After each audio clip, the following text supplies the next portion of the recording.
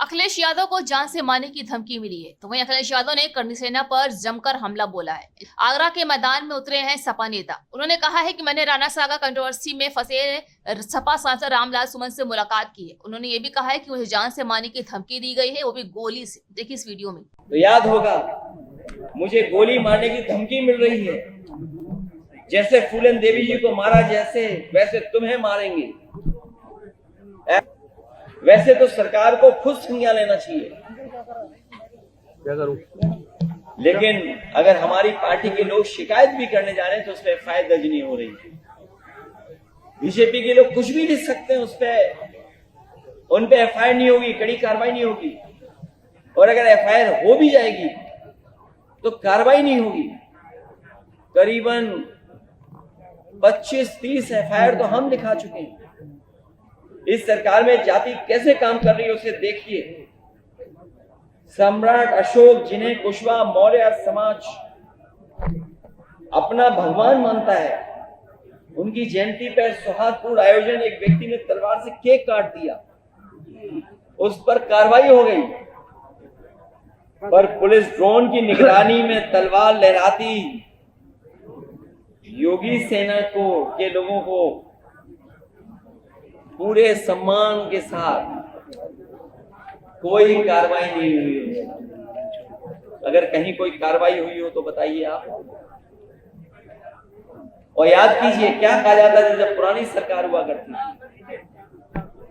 एक बहुत प्रतिष्ठित चैनल की मैं न्यूज के आधार पे ये बात कह रहा हूं कि Yadav take over of UP police, मतलब यूपी की पुलिस में बस यादव हैं। ये एक प्रतिष्ठित न्यूज चैनल। और ऐसी कई फर्जी खबरें चलाई जाती थी। केवल एक नहीं खबर चलती थी, बहुत सी खबरें चलती थी। लेकिन आज जो आंकड़े हैं 2025 के, वो खबरें कहीं नहीं चल रही। आगरा में 48 थाने हैं। बताओ पीडीए कितने हैं इन थानों में। मैनपुरी में 15 थाने हैं जो सरकार के स्वजाती लोग हैं।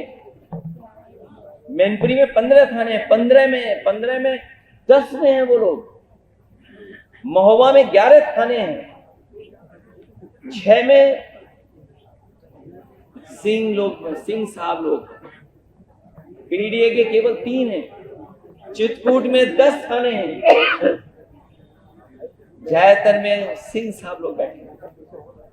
यूपी एसटीएफ के बारे में हम लोगों ने कई बार सवाल खड़े किए। 21 अधिकारी हैं, 11 सिंह साहब हैं, 3 केवल पीडीए हैं।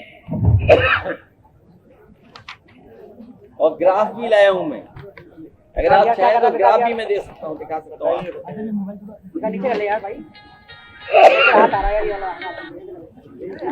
अगर आप चाहोगे तो मैं ग्राफ भी दिखा सकता हूं। मैं जानता हूं कई चैनल अपने आप ग्राफ को कवर कर रहे हो।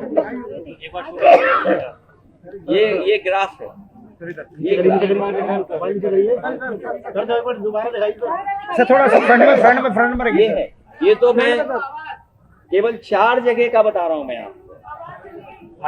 केवल 4 जगह की बात कर रहा हूं मैं केवल। एसटीएफ का देख लीजिए आप। सर फ्रंट में सर।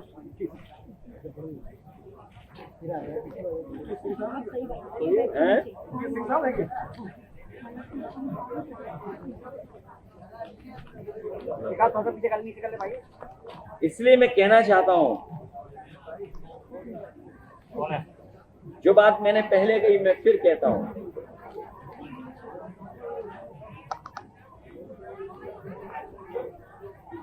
जो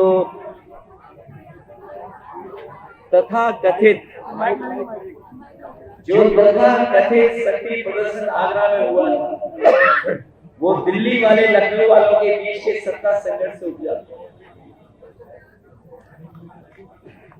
मनमानी की मनसबदारी का दौर अब नहीं चलेगा, क्योंकि अब बाबा साहब भीमराव अम्बेडकर जी का संविधान है।